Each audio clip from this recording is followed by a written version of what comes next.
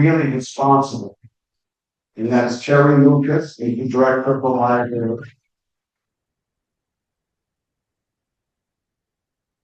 And Liz Larson, who does all the hard work. And this year we have to thank also Nanette Lawrenson, who is the executive director of the History Museum, to whom we owe this venue. So those are the people who, without them, you couldn't be doing all. I just show up for a few minutes to talk. Kind of like being a different. Anyway, the topic for today in the Great Decisions program is America at a global crossroad. Basically, what are our choices on foreign policy? And those that a lot of the choices that made in the past means it's no longer a decision in the future. A lot of them. Now, the foreign policy sort of went out and got Professor John Eichenberg. He's a well-known political scientist to write a piece that was in the reading for this week. I can probably safely assume that not everybody here has done the reading. Yeah. So we'll go over it. But anyway, so I follow because of his outline in going through the issues. I won't go on for too long about it. This is a discussion group, not a lecture group. So the first thing you know is listening to Bernice Ackerman. He thinks that he sees in Trump's foreign policy. He was the head of Council Foreign Relations for a while, and he's now part of the establishment on CNN. But it's a very knowledgeable guy, a lot of people follow. Very much part of the establishment. So for those who came late, he was head of the Council year and the editor of the Foreign Magazine, and that is due. Also, for those who came in late, I'll repeat that the reading for today was an excellent work by Professor John Eichenberg from Princeton, in which he lays out what he says are the three different possible paths for American foreign policy. And I'll go over them a little bit, and then we can start discussing them. The first one that Fareed was referred to. It's the international rules-based order based upon institutions which were set up right after the Second World War. The UN, the IMF, the World Bank, the General Agreement for Tariffs and Trade, which is now the WTO. And these rules worked very well. And essentially what it was the countries who agreed to live by the rules got to live in a system in which there was security and in which there was economic cooperation and trade. And the result of all that, just looking at the numbers, under that system, from 1950 to the present, the world GDP increased by a factor of 13. Our prosperity grew, billions were pulled out of poverty through trade. It was a system that worked. And it continues to work, and it benefits the United States. If you go back to 1960 and look at the world GDP, at that time it was 40% US. The US had 40% of the world GDP. Europe, which was still recovering from the war, had only 18%. Russia had 8%, and China had 4%. And that's why right after the war, we had all these bases in Europe. We were the ones that could defend the Europeans if they were still recovering. All those tanks who sat in Germany at the Fulda Gap, those were all American tanks. And we were the ones who were providing the security for Europe because it had to be done, in addition to the nuclear. So it's interesting to see how those numbers changed over time, and you can see how successful our system was. The U.S. went from 40% of GDP to 21%. That's simply because other countries finally got on their feet after the war. Europe went from 18% to 25% of worldwide GDP as they got on their feet. Russia declined from 8% to 2% because it turned out it was just a fake economy all along. And China went from, in that period up till 2011, 50 years, went from 4% to 11%. So China had already started its economic reforms and was already starting to grow. So people who say that the international rules-based system is too expensive for the United States, that we cannot stand, that we cannot afford to pay for it. I would note that between 2011 and 2023, our share of world GDP increased from 21% to 26%. At the same time, the Europeans dropped from 25% to 17%. Russia stayed about the same, nothing. And China went from 11% to 17%, kind of being equal where the Europeans were. But the point being that this is a system which has benefited the US more than anybody else except China. China has benefited too from engaging in the world trade. It is true that Europeans were essentially free riders on us when it came to security. In order to protect our security, we needed to have those forces in Europe to protect against Russia. And they were free riders. And it is absolutely pathetic when you think about the war in Ukraine, that the Europeans cannot produce enough ammunition, weapons, and goods to provide to the Ukrainians to help them hold off Russia. The European share of worldwide GDP is 17%. Russia's is 2%. And they're not capable of getting their war machine going. I mean, it's been what, 3 years now? And they're not capable of getting that going and getting the munitions delivered. But that's because they were dependent upon us for so long. There have been problems with the international system of free trade that has cost us jobs. It's hollowed out a lot of areas in the Midwest that were producing jobs. And I think most of that, when economists look at it, they say that it was technology that was really causing those changes as much as it was countries going to proceed. But that's something that it's a deficit and something that we should have done a better job of dealing with. But it wasn't just us; the rest of the developed world was changing the same way, and it's something that we couldn't hold back. And the benefit was that through trade we were getting other benefits that increased our GDP share from 21 to 26%. So overall, actually doing great. Those particular places that were impacted by trade were not. Just another aside on why the U.S. does so well versus the rest of the world. One is immigration. Immigration was, in terms of new workers coming to this country, we're adding $1 trillion a year to U.S. GDP. And it also, we avoid the kind of demographic trap, which a lot of the rest of the world has fallen into. We have falling birth rates in Europe, Japan, China, and yet we continue to grow, therefore are more successful. There's another very important, which is the amount of taxation that we have. If you are in Europe, the amount of the national income, which is taxed by local government, I'll give you some examples. In France, it's 40%.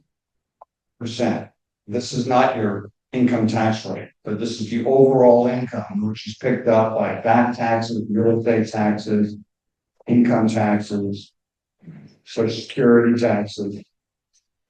Denmark, it's even higher, 47, Italy, 43, Germany, 40, UK is more Western oriented. It's 33%. In the US, the number is 27%. So you see how much lower we are. We've had that much more extra capital to invest and allow ourselves to grow, which is why when you look today, what are the great companies of the world?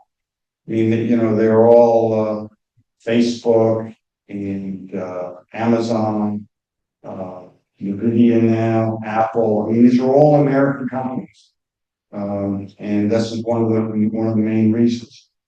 So anyway, that is one of the alternatives that Professor Eikenberry put forward is continuation of this international rules-based order. But he recognizes that the U.S. has gotten weary of that order. You can draw a straight line from the Second World War through the policies of Roosevelt, Truman, Eisenhower, Kennedy, Nixon, Reagan, George Bush Sr., Clinton, George Bush Jr. It was all the same bipartisan foreign policy. Strength, engagement, free trade is what propelled this country to where it is today. That began to fray a bit under Obama. You may remember the red line in Syria, which turned out not to be a red line. And it was also under Obama's watch for the invasion of Crimea and the beginnings of the invasion of eastern Ukraine. And we all did nothing. The European countries got together and worked out something called the Minsk agreements, where they cut a deal with Russia as to what Russia would be able to take and what it wouldn't, and then Russia just ignored those. So anyway, so that's one alternative put forward by Professor Eichmann. The next alternative is America First. He wrote this article in our book for the Foreign Policy Program. He wrote this in November of the book. So it was after the election. He knew that Trump had been elected. But at that time, we didn't know exactly what he was going to do. People were thinking he'd be like Trump won. We talked about this stuff and nothing was happening. But in any event, you look at some of these things and some of the things mentioned by Fareed Zakaria. I mean, when we now have no immigration, closed border, mass deportation. Obviously, we have to control our borders better than we did. We really need them. You start sending people overseas who are contributing to the economy. We have less support for alliances overseas. Trump, from time to time, says he supports Article 5 of NATO, but I don't think anybody really thinks that when push comes to shove, that he won't sit back and rethink whether he really wants to do that or not. He's cut us out of the World Health Organization, which is really important for worldwide pandemics. He's closed down AID. In terms of soft power and the United States being accepted overseas, AID was so important. I mean, I remember when George Bush Jr. was president, he invested about $10 million in aid for Africa, a lot of it for anti-HIV. And if you went anywhere in Africa in those decades, George Bush was a hero. The United States was a hero. It's no longer the case. Obviously, the situation with Ukraine is something that he is considering what he's going to do. And Taiwan, I mean, one of the comments he made about Taiwan is, they stole our chip industry. That's kind of what he thinks of Taiwan. Whereas Taiwan is actually, we'll hear more about this when we hear from Drew Thompson next month. Taiwan is actually the linchpin in what's going to happen in Asia. It's interesting. There was an article recently in the Foreign Policy talking about Southeast Asia, and this is 10 countries. What do we have? We have Vietnam, Cambodia, Laos, Malaysia, Thailand, Myanmar, Indonesia, Brunei, the Philippines, Singapore, Sri Lanka. Anyway, so that's roughly it. But these are all countries that they follow them very closely, and they're all starting to tilt towards China. And that tilt is accelerating with Trump coming in. So we still see that China is the most important challenge we have in the future. We have problems with Russia, but Russia is a small country. It's not growing, and the real competition will be with China. And so a policy of American first, where these countries we can see that they cannot depend on the United States in the future, either economically or to provide security, are going to withdraw. Another thing about it is you have to realize that, um, even the things that we do that it looks like we do are on, like the B-2 strike on Iran. I mean, there's a 13 B-2s that took off from Missouri and headed toward Iran. Do you know how many times those B-2s had to be refueled as they crossed the Atlantic going into Iran? A lot. I don't know, but anyway, they had to be refueled a lot. And when they got to Iran, they had to be escorted in and out by American stealth fighters who didn't come all the way from Missouri. So this network of support and bases that you have in Europe is critical to the U.S. being able to do the things that it wants to do. So that's the second alternative that Professor Eikenberry refers to. The third one is very interesting. He calls it the Westphalian alternative. Do any of you know what the Treaty of Westphalia was? Yeah, What was it, Jerry? in 1740 or so, yeah, Westphalians, it stopped at war about 30 years. The war had continued for 30 years. The 30 Years' War. Yeah. I have a question for you, Dave. Well, let me finish your Okay. questions. So anyway, he calls this the Westphalian option. The Treaty of Westphalia, as Jerry said, was a 17th century treaty between the states in Europe, which actually for the first time established the sovereignty of states. That they could do what they wanted to within their boundaries. You could not attack other states. You couldn't make them change their policies. Didn't matter whether you liked the state or wasn't, but the sovereignty was free. So I had a boss in the State Department used to always talk about the Treaty of Westphalia. You go look it up. So anyway, and he says it's also kind of like the Congress of Vienna was after Bonaparte was thrown off the throne, and all of the European states got back together and put the old autocracy and monarchies back in place. And this one is he said, look, if the American people have gotten tired of paying for America providing security, excuse me, America providing security and economic support to the rest of the world. We knew more. Sorry, I'm getting over a cold. So was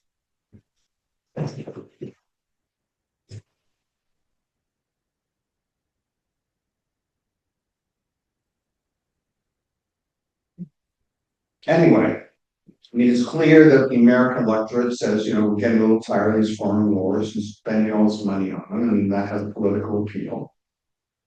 So we said, why don't we just get together, get the major countries together, the US, Russia, China, sit down and talk about, okay, what's the sphere of influence going to be? What's Russia's sphere of influence going to be in Eastern Europe? What's China's going to be in Asia? The US sphere of influence is going to be obviously the US, Canada, Greenland,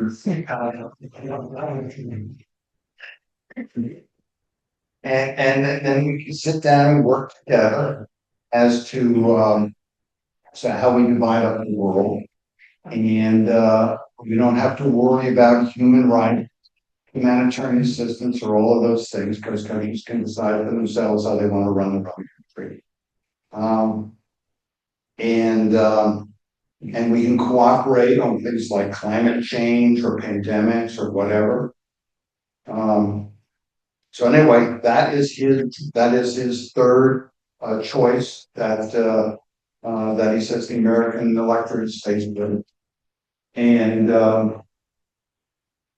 he doesn't make a value judgment to how we should come out. It's that this is America at a crossroads, and that's where we're headed. So this is a discussion group. And so, what do you all think? Jerry, you had a question you want to ask? Yeah, what are you hearing as to why we've drifted away from this? Why we not and what had worked so well? Well, it's interesting, why have Jerry asked, why have we drifted away from this support for an international based order? And why are we headed towards America first? It's a very good question because it gets right to the heart of it. What is the political pull to do it?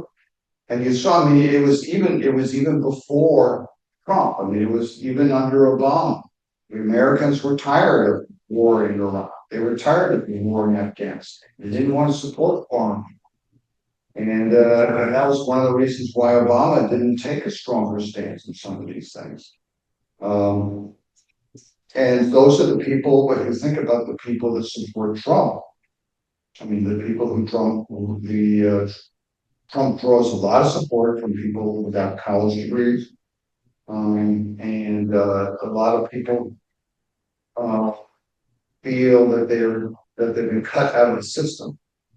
Well, Well, Connie Rice calls it the four horses of the apocalypse, as far as it goes, as far as American first goes. And she calls it nativism, uh, protectionism, uh,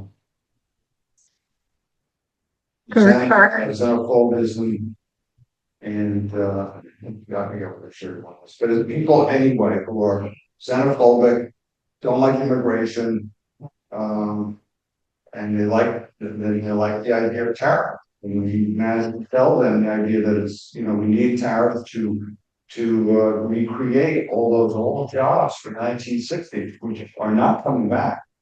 But it's decided to never make people into else. Let me see if anybody else what's Sue.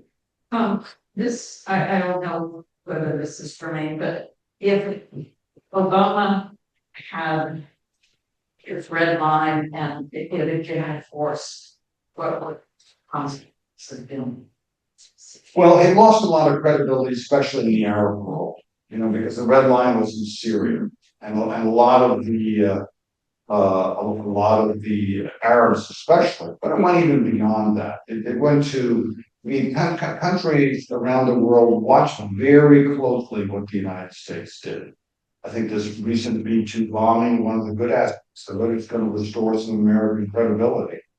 And I think it was when the red line issue, I think that the Americans, the others looking at what America did, say, well, America isn't necessarily going to back up what they say they're going to do. You're sitting in Taiwan, and you see that, you wonder, are they really going to protect me? And as I said, with Taiwan goes, basically all of Asia is going to decide they have to be more aligned with China, unless in the U.S. The U.S. isn't really going to help them out. Yeah. So in 19 was that somebody else? Turkey, Syria. What happened with Syria by not taking control of that conflict was a massive refugee crisis that was compounded by refugee crises that were ongoing already.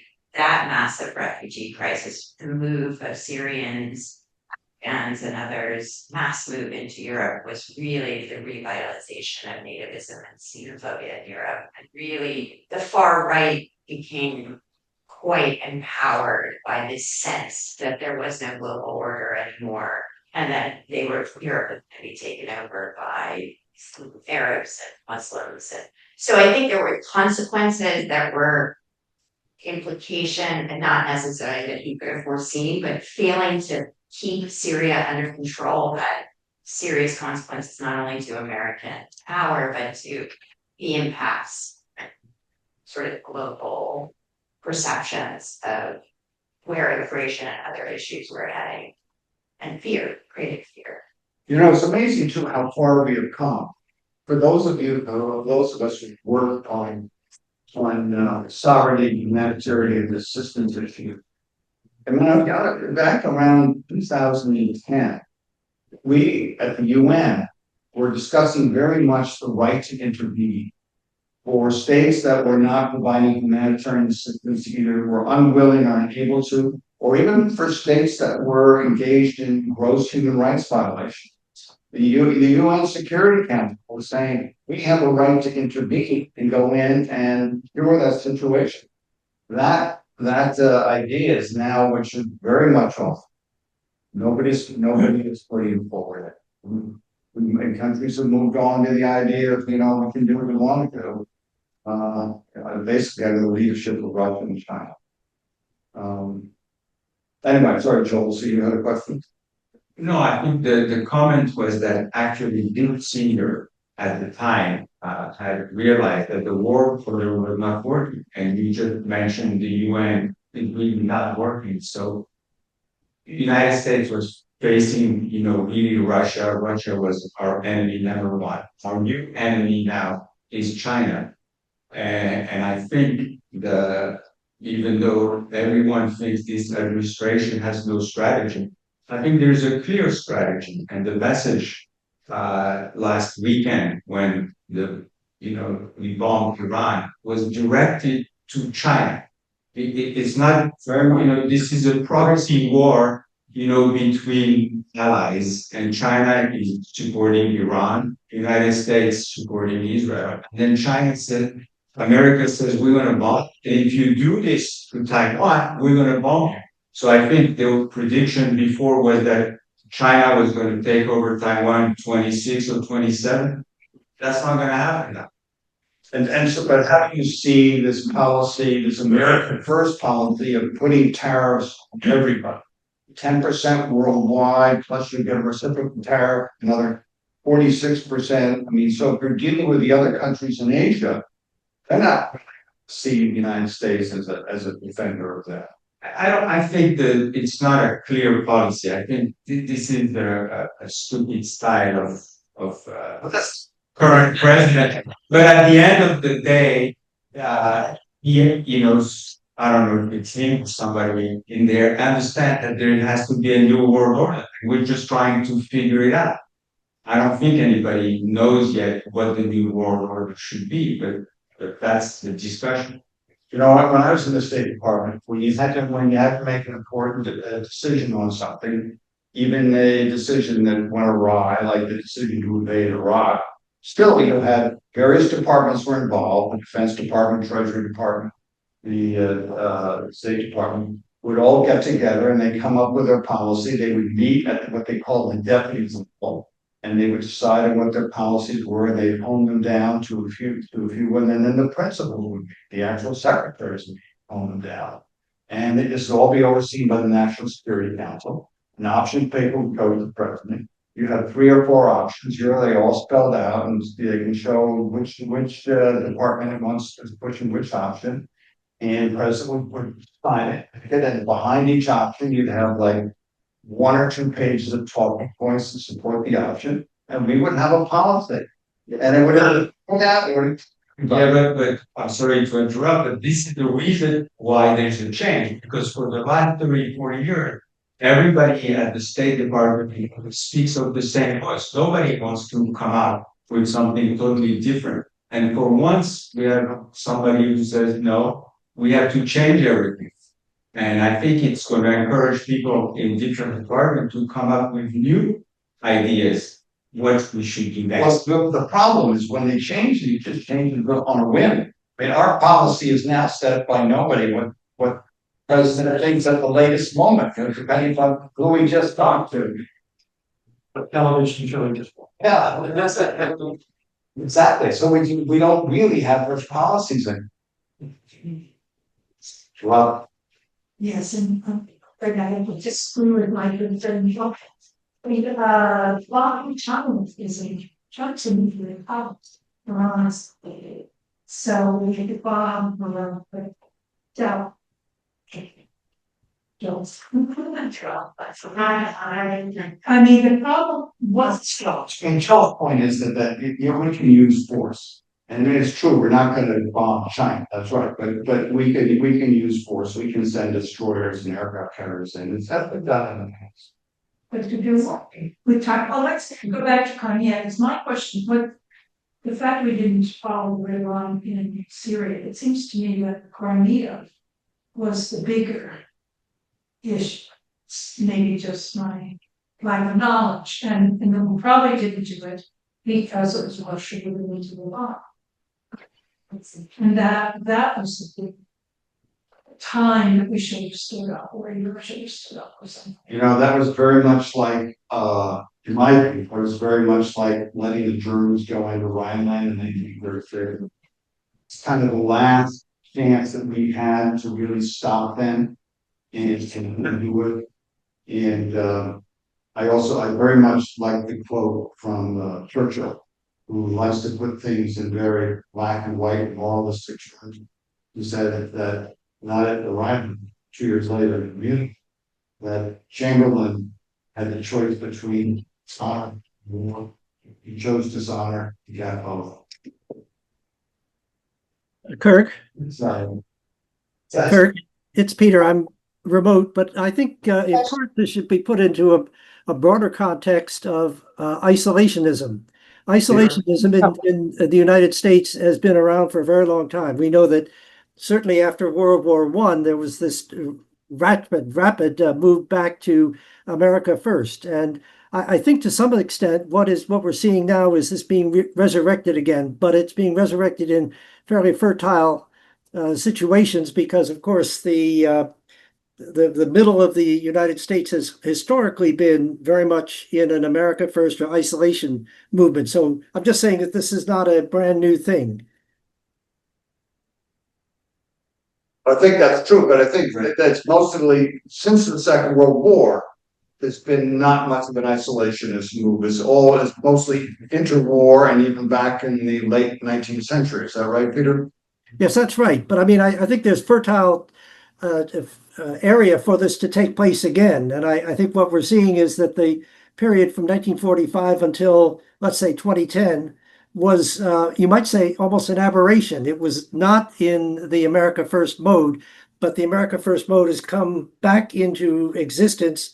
But it was, you might say it was always there, but underlying everything. And that perhaps 1945 to 2010 is the exception.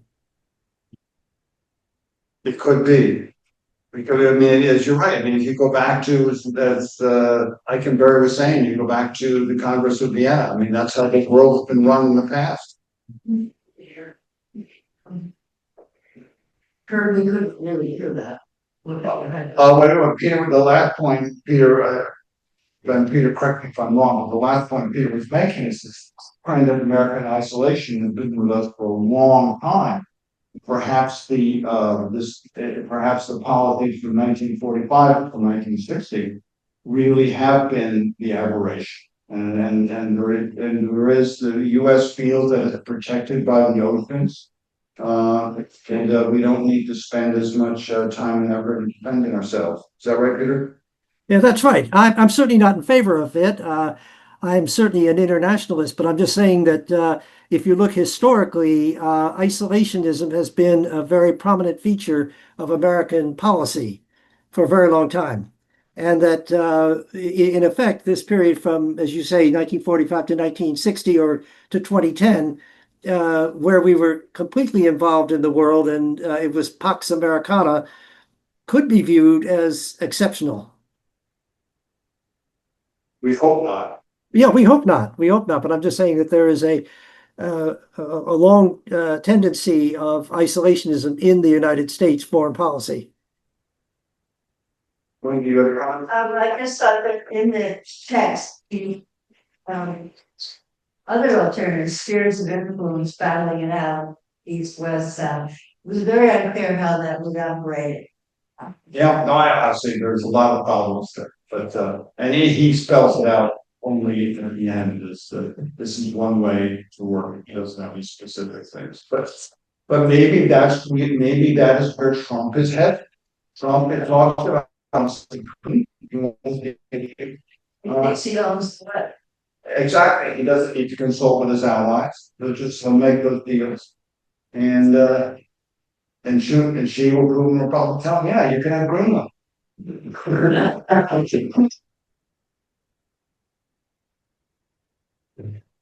Yeah. When you're looking back over the history, I mean, have we ever had a tonight, what struck me is you keep saying what Trump decides, what Trump decides. Have we said that before in America? Well, what does Nixon think tonight? Or what does Eisenhower? You know, I don't recall that it's been as much as it is now. And obviously, all presidents have their point of view on these issues. Maybe Nixon was a little bit like that and impulsive, but certainly, and the problem with George Bush Jr. was that he also I mean, the State Department was completely against the war, but he got a little bit guided off by Rumsfeld and Cheney, so he had a little move around and push things in that way. I think that was more their idea than his.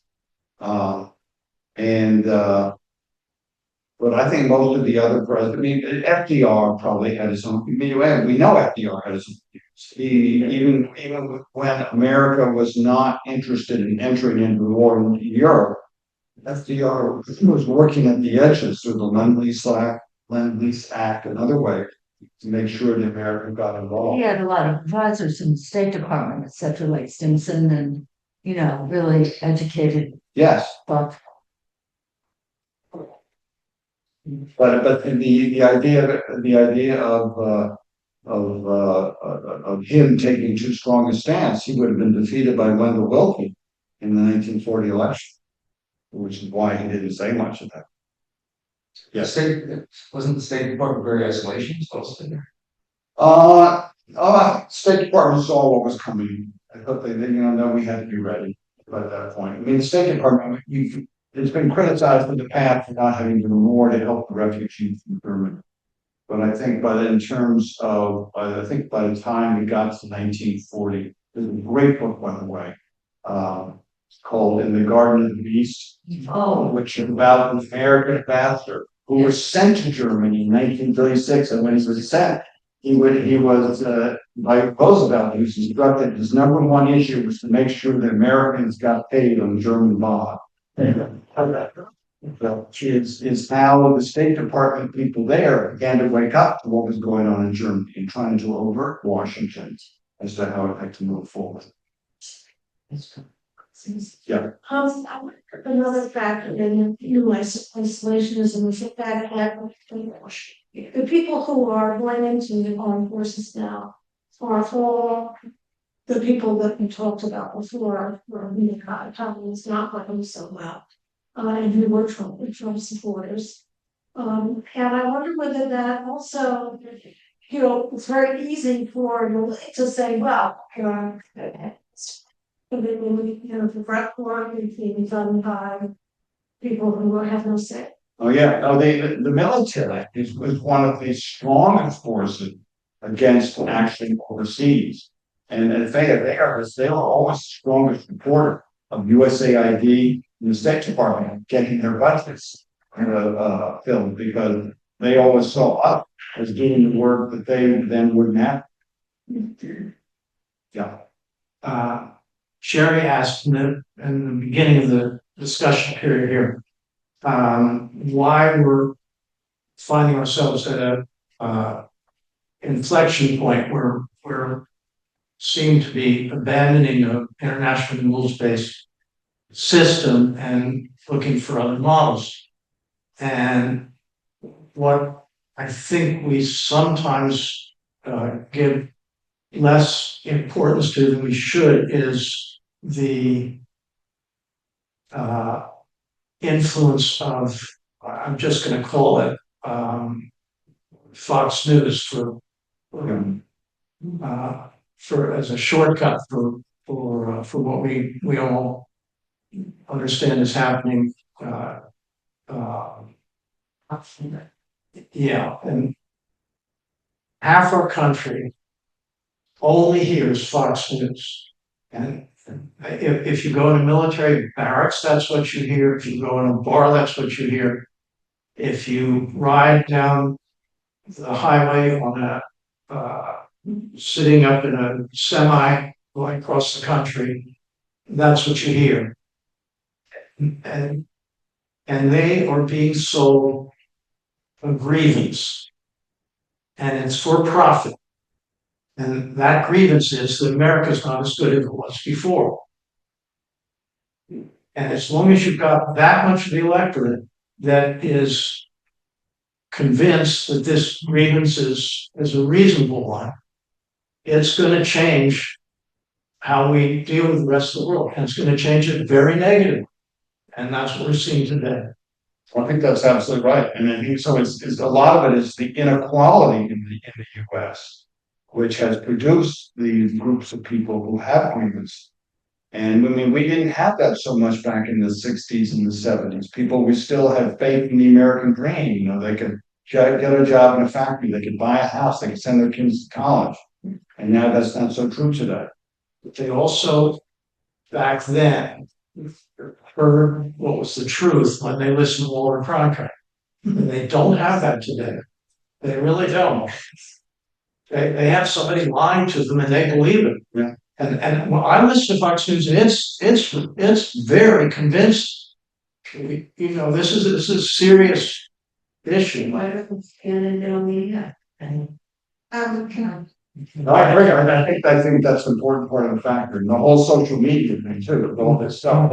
Yes. Well, so It used to be controlled. You used to have equal time rules that were abandoned, I think, under Reagan. I don't know, but I have what? That, well, but now anybody can. Lady say something here? I Yes. think that we're estimate the effect of Fox News because I don't think a lot for democracy. In power. I think Fox and ratings. Exactly. Finished. But I think that a lot of people are getting used from far more suspect sources than others. Oh, I see.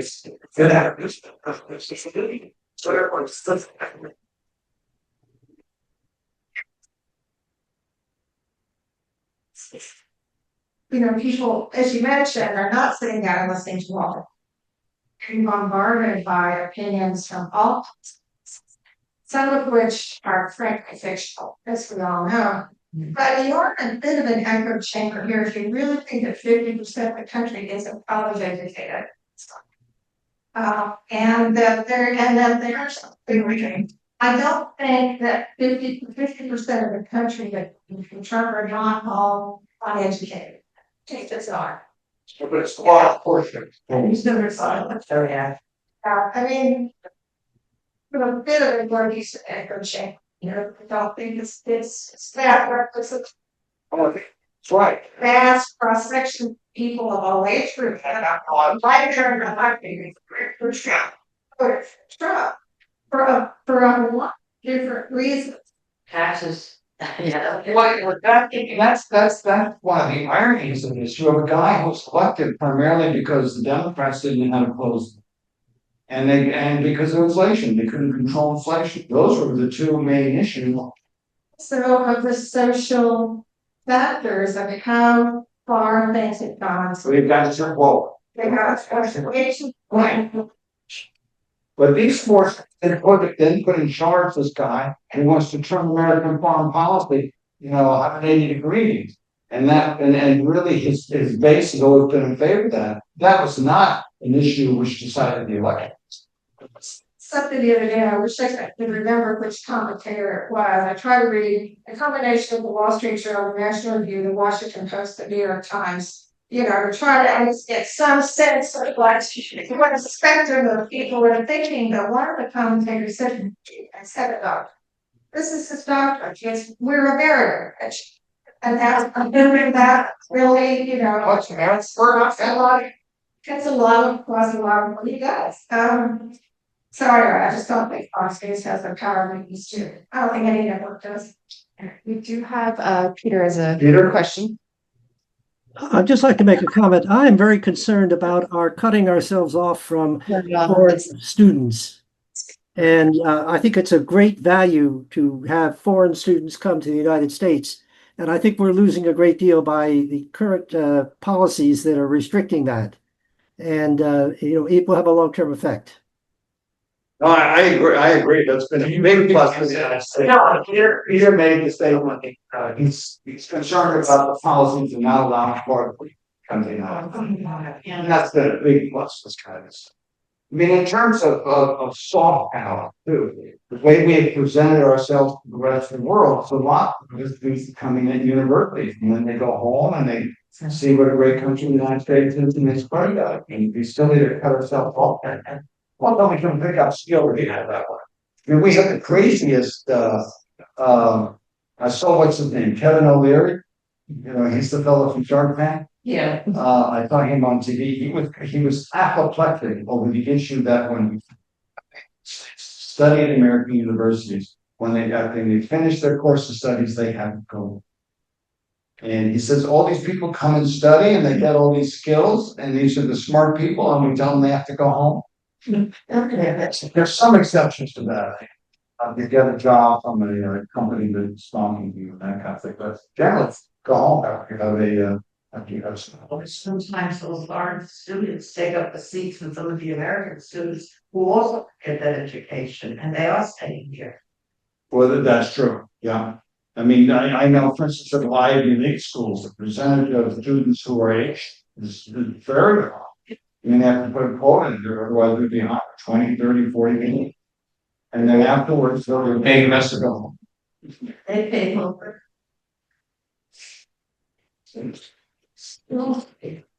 Ross. I mean, they score better than, it's true even in Arizona. A lot of the Asian students do score better. They have a different education system and, you know, that's when we're really weak. We're important, so we can, K through 12 schools. Oh, yeah. It's. That's what's gonna think, that's what's gonna think of. the education. That's. Sorry, you're already. No, we're still here, Joel. No, but when you were talking about foreign students, I mean, if you go into any university, any doctorate student is all Asian. Not because they are Asian, because Americans don't have enough skills. Because the American education system in the 80s started to lowering the standards so that we will be including everybody. And what it does, it doesn't, you know, nobody is there to excel. Therefore, we have to have these foreign students. So, Robert. So, but also just added to that is in California, the Asian population in universities isn't necessarily flawed. They're Asian Americans who've been here, their families have been here for generations. It's a different value on education and respect for the teacher. And That's good. They end up staying in the United States. stay can see here. And I said, these Japanese Korean system that's better than it's also the familial values of the old that aren't necessarily that place, although immigrants also young woman who just won the New York City writing prize this year. She became this teenager. She's speaking English. And I mean, this is, I don't know, maybe it's a year ago. So it's a question. Yeah. I don't know. So what do we all think? Should we stick with the first theory, the rules-based international order, which has been in place since the Second World War? We are the people. So what? Raise your hand. Until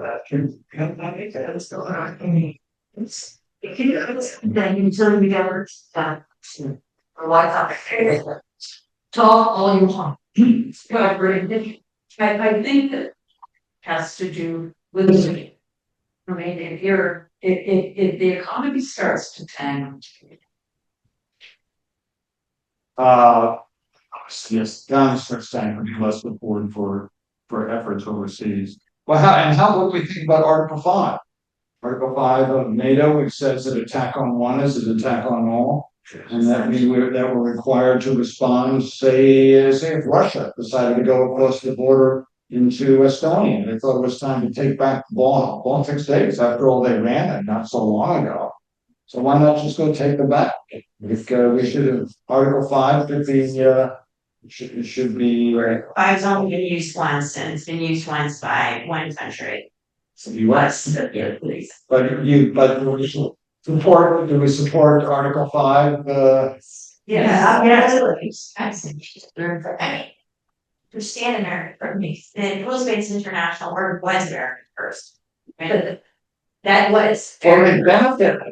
Yeah, but it was always very, I mean, I worked in the US, and there was never a question, America always took a position that was in America's interest, as you very well know. Sure. America never took an a position because it was better for an African country to do something. It's not realistic.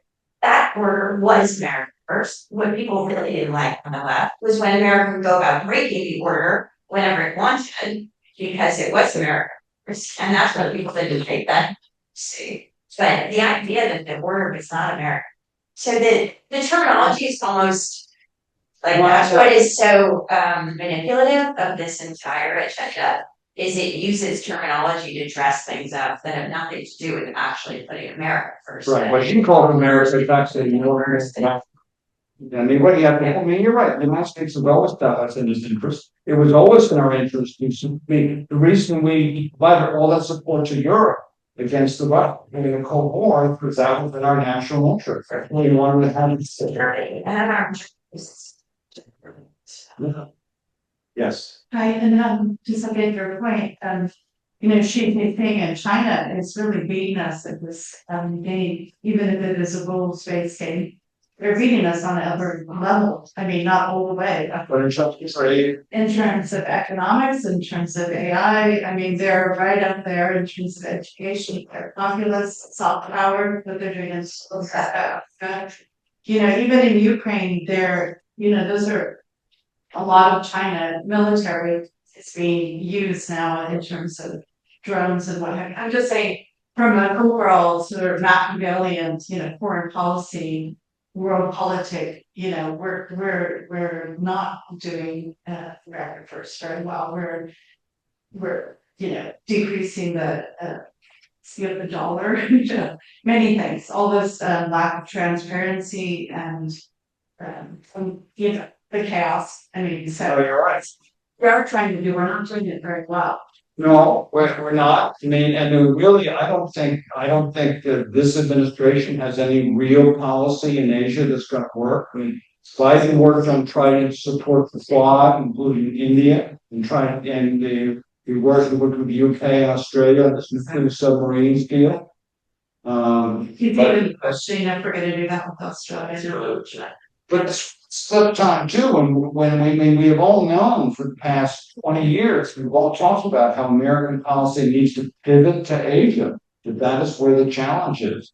And they've made some moves in that direction, but not many. We keep getting pulled back to the Middle East because that's where all the conflict is. And I was watching Richard Haas, who used to be the head of the Council of Foreign Relations on TV the other day. He was laughing and said, the Middle East is the one place where the enemy of your enemy is also your enemy. And he said it's also a place where they talk about how things have to get worse before they get better. Middle East, they have to get worse before they get worse. No, and with this new Israeli power in the Middle East, I mean, who knows what impact that will be? And with their power, Iran having less power, Saudi Arabia, more power, there may be some settling in there. But the great fear, of course, is that this bombing that we did and all the attacks that Israel is going to make it even clearer to the Iranians that they need to have a nuclear bomb. They need to surreptitiously produce a nuclear bomb. And that's going to cause even more chaos in the thing. They didn't need any convincing, but after World War I, America decided that Germany was our enemy and did all that because they were poor. So we were going to make sure that they had enough food, everybody had enough job. Marshall Plan in Europe. I think the same thing is going to happen with the same thing is going to happen with BRICS in Asia, because basically America recognizes that unless we put some resources in India and all these countries, then China is going to be our even bigger enemy. I think it's too late. But and we haven't done enough. I mean, we're trying to keep PBMs on side, and we're having some success in doing it only because China keeps fighting with them over the border and stuff like that. But What's your opinion on BRICS? on what? BRICS. BRICS is, I mean, BRICS now is become a organization, and one of their main targets is making the world trade not depend upon the US dollar. And as the French have pointed out, that the French are not happy, that they've said that this is an exorbitant privilege that the US has, is to have have the US dollar be the reserve currency of the world. This allows us to run these trade deficits that we run without having to worry about a currency crisis. No other country can do that. And so BRICS is very much after that particular aspect of our policy. And I just, as an aside here, this whole thing of Trump thinking that he's the only person who is so negative on trade policies and thinks we have to put in place all these tariffs because of our trade deficit. When trade deficit is a sign of a economically vibrant economy. You're going to run a deficit. If you are a low savings country, and we are a low savings country, because we have a huge federal deficit, and also because consumers like to spend, you are going to end up buying more goods from other countries and they're going to buy from you. That's just the way it works. And it's not a problem. It's been that way for 60 or 80 years. The only guy who we didn't have trade deficits was Bill Clinton. You see, he had to balance the budget. And that's balance the budget, you have a trade deficit. But anyway, so this whole idea of we have to get rid of trade deficits is just, the economists tell Trump when they try, but no, it doesn't make any difference. It's a sign of a healthy economy. But there is a master plan, and on the Trump side, it's this whole sustainability model. In other words, can we continue a regular going like this? Because the overall patch of data is without that's a real problem. Yeah, and so so hopefully the smart people somewhere, Trump administration, are thinking about this, realizing that China wants to really focus on that Ukraine is not affordable, which I don't agree personally, and that they've been focusing more of their efforts on China, getting ready with the ring of fire, whatever they're going to build there between the Philippines and Japan. This is going to be an 8-year plan to be able to really defend it, fight down a seriously at risk that local import against China. And so a lot of the smart military people and guys like Neil Ferguson also said the debt we're supporting right now overall, it's very much not gone well historically for countries that had that. I mean, it's true. And if you can do, as I mentioned earlier, if you compare the amount the U.S. takes in taxes from national income compared to all the other developed countries in the world, we take a lot less. So this is part of the balancing of what the needs are. Should we be cutting taxes as much as we have cut them under Trump? It's very popular politically, but it causes us to run a huge deficit. When you run a huge deficit, then suddenly it looks like that you cannot provide more assistance to overseas. It's a big, beautiful bill. It's going to make it much worse. So, Yeah. much worse. People have to put in their potential list of things that are going on. And there really isn't a core group of really smart people thinking about America's place in the world going forward in power right now. Like, you have to potentially put in your brain that there is no greater thinking out there in what this administration is doing. But this administration reflects a certain set of individuals and a certain agenda that have very little to do with actually America being able to fight China, or some of these policy goals that we think are in people's minds. You have to at least put that possibility in your perspective, that these are not rational decisions that are being made on a regular basis by really intelligent people sitting around discussing options. No, I see that, and you see that, and I think probably most of the room, people don't see it. But one thing I saw just yesterday, they had a poll on the popularity of the B-2 bomber attack in Iran. And I was very surprised to see that it was in the poll with an unpopular, that there was something like 45% of people were against and only 36%. So is that because of this 45%, or these only American firsters that thought that we had stepped too far, or what was the reason behind it? Here's where they're going to say they need to know. So again, they make so share. I forgot what poll it was. Yeah. There was no, so maybe. Yeah. There were a lot of phone numbers that I saw today that were, really slipping down, on everything. Oh, yeah, he's underwater almost. Yeah, maybe, so then what? 3 more What's what kind of? And there was another thing in the Times that it was, I think it was Eric saying something like they don't want to rile up Trump. And I'm thinking, we're thinking, here we are with the world afraid of this person who is the American president at the moment. You heard Lisa Murkowski's comment. She's very much afraid to take position and on the Senate floor because she knows that there is retaliation that comes from this White House. Right. But then there comes a moment when you have to look at what the retaliation is and can you stand up to it? And why can't?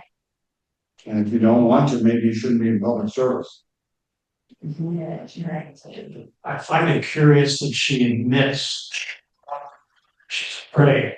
As you say, why is she in public service if she can't? Kirk, I don't think that's that she's worried about some shit in his test. Who's been there since we got back. I'm not sure exactly whether she was referring to threats of personal harm or just physical. He seems later about some issues. Out there. To her point though, I think she's saying that people are scared.